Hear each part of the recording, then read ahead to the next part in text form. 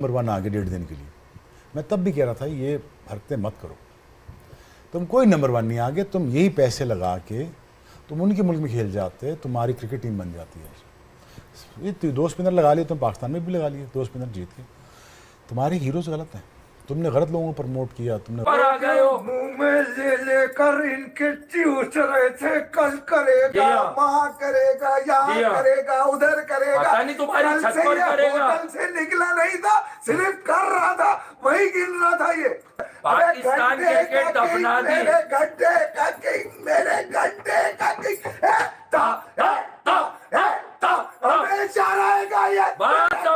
Pakistan cricket की नाक़िस कारकर्दगी पर क्रिकेटर्स के भारी मुआवजे नजरों में आने लगे हैं। रवा बरस आखिरी बार सेंट्रल कॉन्ट्रैक्ट में आईसीसी शेयर का 3% दिया जाए। के बारे में ये कहा जाता है कि इन्हें मुआवजा कम मिलता है, यानी कि सस्ते प्लेयर्स हैं। मैं तो टोटल इसमें कसूरवार पाकिस्तान क्रिकेट बोर्ड को ठहराऊंगा। इसमें प्लेयर्स का कसूर 3 महीने हो गए, प्लेयर का कहां से कसूर है? जो खेल रहा है, अगर उसको पैसे उसकी मर्जी से मिल रहे, वो तो हाथ पकड़ पकड़ के साइन करेगा। बिल्कुल बोलेगा भाई ये तारीख है उससे पहले साइन कर लो। सही है। अगर साइन नहीं हो रहा तो इसका मतलब क्रिकेट बोर्ड का कसूर है। और जरूर ऐसी चीजें उसमें हैं कि जो प्लेयर्स नहीं मानना चाहते, और अगर प्लेयर्स नहीं मानना चाह रहे तो आप प्रेशर नहीं डाल सकते। स्टेडियम में खर्चा कर दिया तो क्या रोबोट्स को खिलाओगे? क्या वहां पे मिट्टी के घड़े रखोगे तुम प्लेयरों की जगह? प्लेयरों को तो पैसे दे दो। प्लेयर बेचारे गली गली फिर रहे हैं, मुंह पे कोरोना वाला मास्क लगा के कि हमें कोई पहचान ना जाए, मांगते हुए हैं। कभी ढाबे पे उधार, कभी स्पोर्ट्स शॉप पे उधार, कभी चाय वाले के चपेड़े पड़ रही हैं। क्या हो रहा है ये? 5-5 रुपए के लिए तड़पा दिया आपने प्लेयर्स को। शर्म आनी चाहिए पीसीबी को। ऐसा चूंकि क्रिकेटर्स की वजह से आता है, बिल्कुल क्रिकेटर्स को मिलना चाहिए, क्योंकि क्रिकेट बोर्ड के अगर अफसरान की हम मराद देखते हैं तो ये प्लेयर तो कुछ भी नहीं ले रहे। पीसीबी को बैंकरप्ट कर दिया, हमारे खजाने खाली हो चुके हैं। मतलब वो आपने सुना होगा कि बातें करोड़ों की और दुकान किसकी?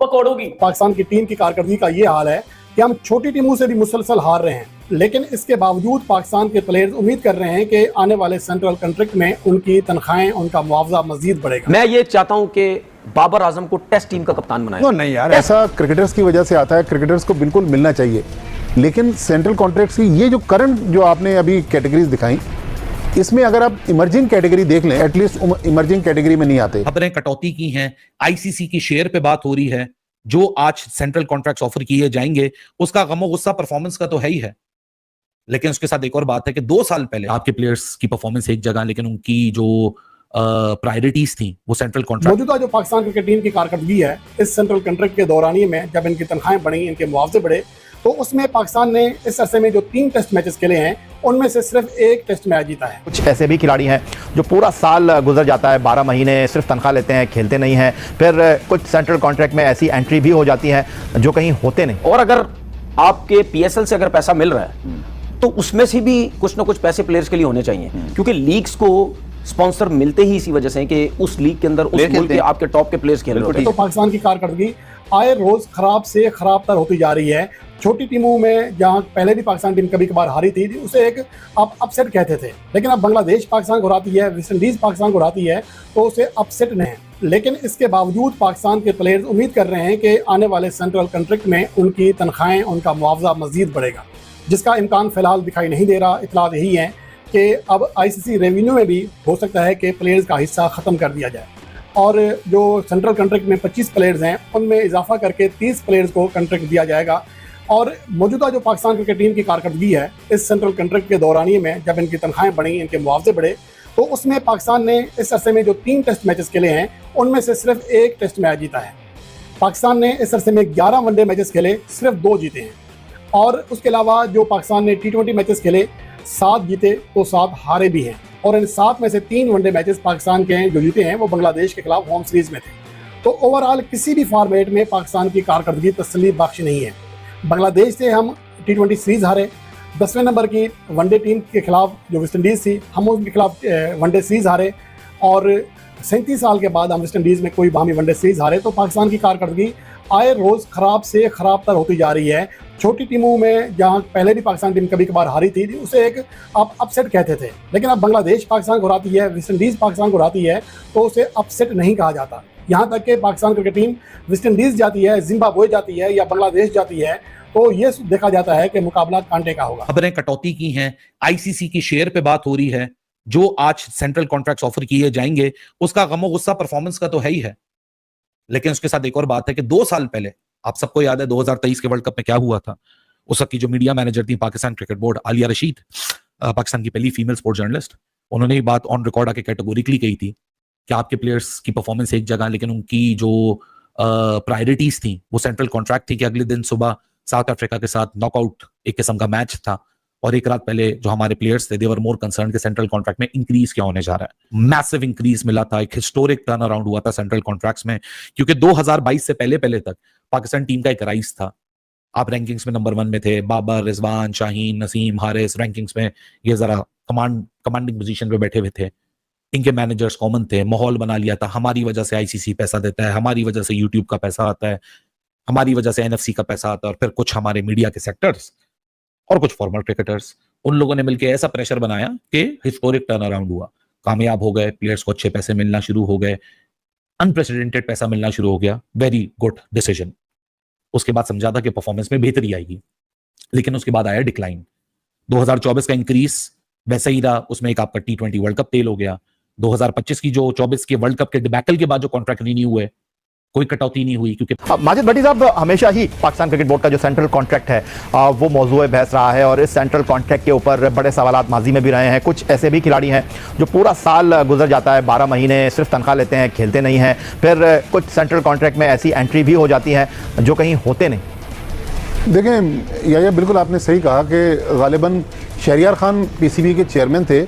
2007 या उससे पहले का कोई पीरियड था जब पहली बार पाकिस्तान ने ये सेंट्रल कॉन्ट्रैक्ट मुतारिफ करवाया। उस दिन से लेके आज हम खड़े हुए हैं, मेरा ख्याल कोई 18-20 साल गुजर गए, एक भी सेंट्रल कॉन्ट्रैक्ट ऐसा नहीं था जिस पे क्रिटिसिज्म ना हुई हो, लोगों ने सवालात ना उठाए हों।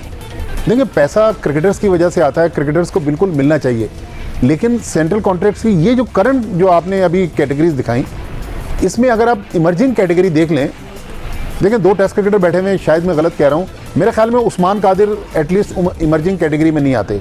अगर आप उस्मान कादिर को रखना चाहते थे। And what about Imran Bhatt? Imran Bhatt भी नहीं आते। एक 91 की इनिंग्स पे आप उसको इमर्जिंग कैटेगरी में डाल रहे हैं। मसला वही है कि जो लोग कमेटी में होते हैं, उसमें मेन रोल जो होता है वो कप्तान और हेड कोच का होता है, उनके कहने पर ये सारी फहरिस्त बनती है। फिर चीफ सेलेक्टर भी साथ हैं, जिस तरह आपने कहा कि नदीम खान भी साथ हैं। अच्छा, पैसा चूंकि क्रिकेटर्स की वजह से आता है, बिल्कुल क्रिकेटर्स को मिलना चाहिए, क्योंकि क्रिकेट बोर्ड के अगर अफसरान की हम मराद देखते हैं तो ये प्लेयर तो कुछ भी नहीं ले रहे, जो मराद और कप्तानी के पीछे लोग लगे रहे। पहले मैंने आपको सरफराज को बोला किस वजह से उसको हटाया। जब सरोगेट कंपनी का सिलसिला शुरू हुआ, उससे पहले तो बाबर आजम बिल्कुल ठीक था, जो उस टाइम चेयरमैन था। जब सरोगेट कंपनी का सिलसिला शुरू हुआ, जब पट्टी लगाई गई पीएसएल पे कि नहीं जी ये नहीं होगा, और उस वक्त की जो गवर्नमेंट थी, सुनो, रिजवान ने फिर बाबर, ठीक है, उस वक्त की जो गवर्नमेंट थी उसने स्पेशल एक नोटिफिकेशन दिया कि भाई सरोगेट कंपनी नहीं चलेगी अब पाकिस्तान क्रिकेट के अंदर, ठीक है, सब कुछ हुआ। वहां से आपको बाबर आजम और रिजवान खुटकना शुरू हुए। क्यों वहां से शुरू हुए? ये पावर, इन दोनों की पावर है, ये फलाना एजेंट है, वो इनको मना करता है, ये टीम लेके चल रहे हैं दोनों, इनके हाथ में टीम है, ये दोस्ती यारी बना रहे हैं। फिर उसके बाद इंजी भाई भी सिलेक्टर थे, इंजी भाई भी इनके साथ है, ये सब कुछ। अच्छा सुने, उसके बाद जब इंडिया में ये वर्ल्ड कप हुआ, उससे पहले सेंट्रल कॉन्ट्रैक्ट के मसले मसाइल शुरू हुए। नहीं कर रहे थे सेंट्रल कॉन्ट्रैक्ट के मसले मसाइल, नहीं हो रहे थे, स्पॉन्सर के पैसे हम ही नहीं दे रहे, वो कमीशन प्लेयरों को नहीं मिल रहा। उस पर भी बोला गया ये दो बाबर और रिजवान जो है ये मुश्किल डाल रहे हैं, जिसकी वजह से इंजमाम उल हक साहब को बोला गया कि भाई जाके कॉन्ट्रैक्ट साइन करवाएं। उन्होंने जाके साइन करवाए, उनके ऊपर भी इल्जामात लगाए गए। ठीक है, इस तरीके से टॉर्चर किया गया इन लोगों को, इस तरीके से लोग लगाए गए। टीवी पे बैठो, फ्रेंचाइज जब बाबर ने, मैं नाम नहीं लेना चाहता उस फ्रेंचाइज का, जब बाबर आजम ने जिस दिन वो फ्रेंचाइज छोड़ी, उस दिन से उसके पीछे पड़ गए।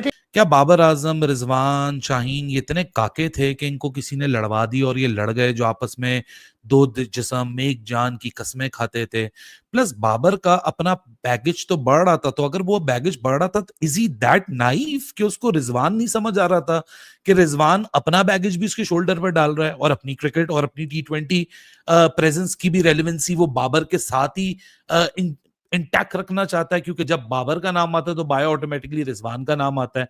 और तीसरी चीज, क्या बाबर अपने डिसीजंस का विक्टिम है या बाबर दूसरों के डिसीजंस का विक्टिम है? बाबर, मैंने कहा था कुछ शहर दे लोग भी जालिम सन को सानू मरण का शौक भी थी। बाबर आजम ने, मैंने आपको बताया कि ककून बनाया था सेल्फ प्रिजर्वेशन के लिए, एक सेल्फिशनेस में, तो इसका मतलब है कि वो अपने डिसीजंस का भी विक्टिम है, ठीक है ना। और दूसरा फिर उसको तोड़ा गया। मैंने जो आपने बात की ना, काके नाइव नहीं थे, लेकिन जिस वक्त एक तरफ से फ्रेंचाइज आपको इम्पैक्ट डाल रही हो और दूसरी तरफ से आपको क्रिकेट बोर्ड एंटायर थीसिस बना रहा हो आपका, तो at the end of the day होता क्या है कि आप कंफ्यूज हो जाते हैं। ये लोग उस तरह की एजुकेशन या फार साइटेडनेस नहीं है, ये भी इनसिक्योर लोग हैं। मैं एक एग्जांपल दूंगा, एक बंदे का तो खैर मैं नाम नहीं लूंगा, 2-3 प्लेयर ऐसे गुजरे पाकिस्तान की हिस्ट्री में जो कि अनमैच्ड थे, जिनका कोई कंपैरिजन नहीं था, जिनका उस टीम में उनके साथ कोई मतलब सोच भी नहीं सकता था कि उनके लेवल पे पहुंचेगा, और वो उनसे बड़ा इनसिक्योर मैंने कभी जिंदगी में नहीं देखा था। And Babar Azam is one of those examples कि उसमें इनहेरेंट इनसिक्योरिटी थी, ठीक है। वो फिर उसको एक्सप्लॉइट किया गया, और मोरालिटी, इनकी वर्क मोरालिटी और वर्क एथिक्स बहुत अच्छे थे। वो आज भी इन टीम के बच्चों के भी बहुत अच्छे हैं जो आज भी खेल रहे हैं, नो डाउट अबाउट दैट। ये पुरानों से नाम मिलवाएं, ठीक है।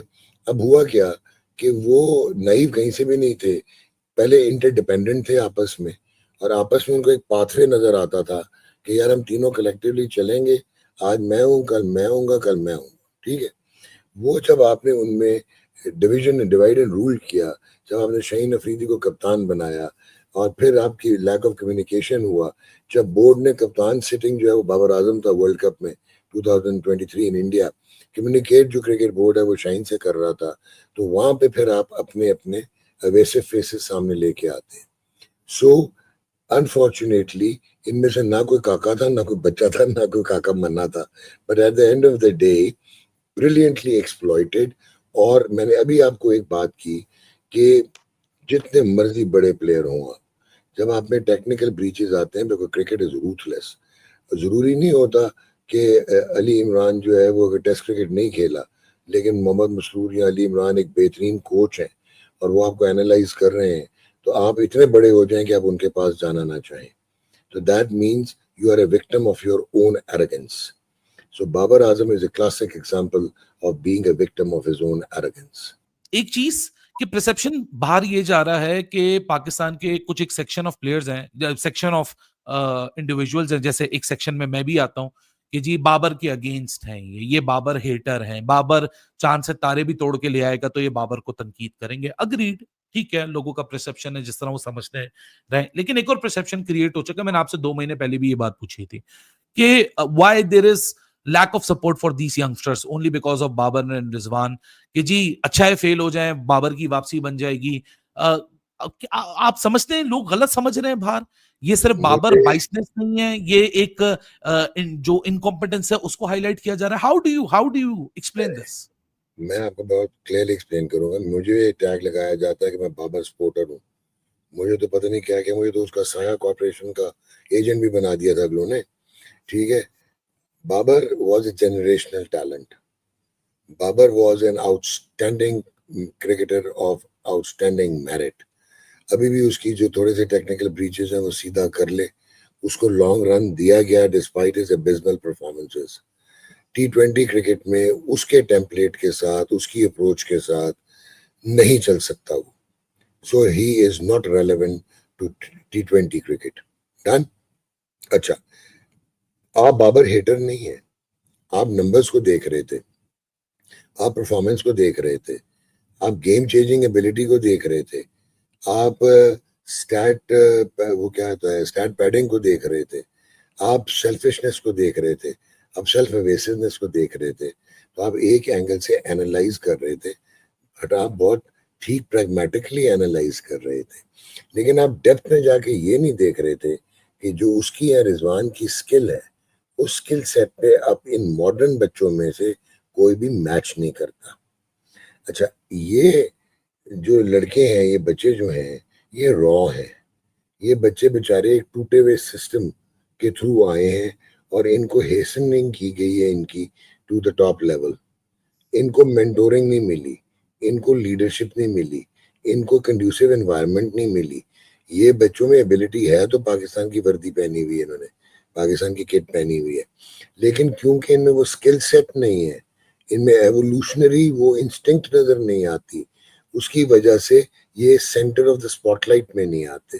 जब ये स्पॉटलाइट में नहीं आते तो फिर ये चीजें शुरू होती हैं जो आप बात कर रहे हो ना. There is no Babar hater, there is no Babar lover. I am the greatest lover of his cricketing ability, I am the greatest hater of his conduct and the way he has destroyed himself. उसने, बाबर ने ये realise नहीं किया कि उसने अपनी self इन्फ्लिक्शन तो की, उसकी वजह से पाकिस्तान कितना इन्फ्लिक्ट हुआ. ठीक है, सो ये तो जुल्म है. तो at the end of the day I personally believe ये लड़के जब इस इवॉल्व होंगे, अब मैंने अभी आपसे बात की है, हसन नवाज कंड्यूसिव जगहों पर रन करेगा. अगर वो नॉन कंड्यूसिव एंड के और सिचुएशनल चेंजेस में रन करना शुरू कर देगा, it will take 3 or 4 matches, 2 match winning performances and he will catapult to fame. ठीक है, और फिर ये खुद ही ओवरराइड कर जाएंगे इन स्टार्स को जो कि इस वक्त इसलिए सेंटर ऑफ अट्रैक्शन में है क्योंकि उनकी स्किल सेट जो है वो बहुत सुपीरियर है उनसे जो अब पाकिस्तान खेल रहे हैं इस वक्त. वो सिर्फ ये रीजन है. आप टेक्निकली अगर आप देखो, अदरवाइज किसी में सुखाब के पर नहीं होते. You have to perform to be at the top. आपको करना पड़ता है परफॉर्म, और फिर आप कोई बात कर सकते हैं. अगलों ने विराट कोहली को छोड़ा, जो भी रीजन था इंडिया में, चाहे वो गौतम गंभीर रीजन था, खुद रिजाइन कर गए. ब्यूटिफुली वॉट डेज थे वो, जो 3-4 दिन पहले रोहित गया और फिर विराट गया, कोई ह्यू एंड क्राई नहीं हुई क्योंकि फोकस सारे मीडिया का जो है वो जियो पॉलिटिक्स पे था. लेकिन जब वो इंग्लैंड पहुंचते हैं वहां पे वो ठीक है कि साई सुदर्शन ने एक मैच खेला, करुण नायर परफॉर्म नहीं कर पाया, but look at the level of their engagement and performances. India perform कर रहा है. तो जैसा कि आप सभी ने पाकिस्तानी रिएक्शंस को देख लिया कि वहाँ के लोग कितने पागल हो चुके हैं और बेहुदा लोग हैं. यानी अब बीसीसीआई ने तो ये अनाउंसमेंट कर दिया कि एशिया कप जो है वो हम नहीं खेलने जाएंगे पाकिस्तान, या फिर पाकिस्तान के साथ कोई भी मुकाबला हम नहीं खेलेंगे आने वाले सालों में. और साथ ही साथ उसके साथ बांग्लादेश और अफगानिस्तान जैसी भी जो टीम है वो भी बॉयकॉट कर रही है एशिया कप को, क्योंकि इंडिया ने जिस तरीके का ऐलान किया है और ये बता दिया है कि एशिया कप में इंडिया का नाम नहीं होगा. हालांकि एसीसी के चेयरमैन जो हैं वो पाकिस्तानी हैं, बट बीसीसीआई की तरफ से अनाउंसमेंट हुआ है कि एशिया कप में इंडिया नहीं रहेगी. बहुत लोगों का ऐसा रूमर्स फैला रहे हैं कि पाकिस्तान के जो चेयरमैन हैं वो इंडिया को बाहर कर दिए, जो कि ऐसा बिल्कुल भी नहीं है, क्योंकि कोई भी ऐसी बड़ी बोर्ड है ही नहीं जो इंडिया को किसी भी टूर्नामेंट से बाहर कर सके. तो ये बहुत अच्छा स्टेप लिया है इंडिया ने. और अब जो ये बड़े बड़े नाम कमा रहे थे पाकिस्तान, क्योंकि इंडिया जहाँ जहाँ खेलती है वहाँ पे बड़े नाम तो ज़रूर होते हैं, पूरी दुनिया भर में छा जाती है और इंडिया पाकिस्तान का मुकाबला तो पूरी दुनिया में देखा जाता है. अब देखते हैं एशिया कप में टीम इंडिया के ना होते हुए कितने स्पॉन्सरशिप मिलते हैं और कितनी कमाई हो पाती है और कितना पॉपुलर होता है.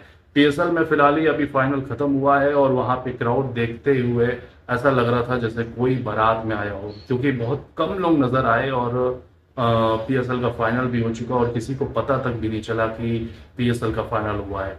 और यहाँ पे आईपीएल को देख लीजिए, अभी प्ले ऑफ में भी टीम नहीं पहुंची है सारी, और माफ कीजिएगा प्ले ऑफ में पहुंच चुकी है सारी टीम. और जिस तरीके का क्राउड और जिस तरीके का माहौल बना हुआ है, ऐसा लग रहा है कि कोई वर्ल्ड कप मैच हो रहा है. तो ये है इंडिया का पावर और इंडिया की ताकत जो हम सबको दिखाते हैं. और एशिया कप में बहुत जल्दी इन सबको बॉयकॉट करेंगे, खासकर पाकिस्तान को, और आने वाले समय में इनके साथ कोई भी मुकाबला नहीं खेलेंगे और ना ही होना भी चाहिए. बाकी आपको क्या लगता है, क्या है एशिया कप में टीम इंडिया को होना चाहिए था या फिर नहीं? अपनी राय कमेंट में जरूर बताइएगा. इस वीडियो को देखने के लिए बहुत बहुत शुक्रिया.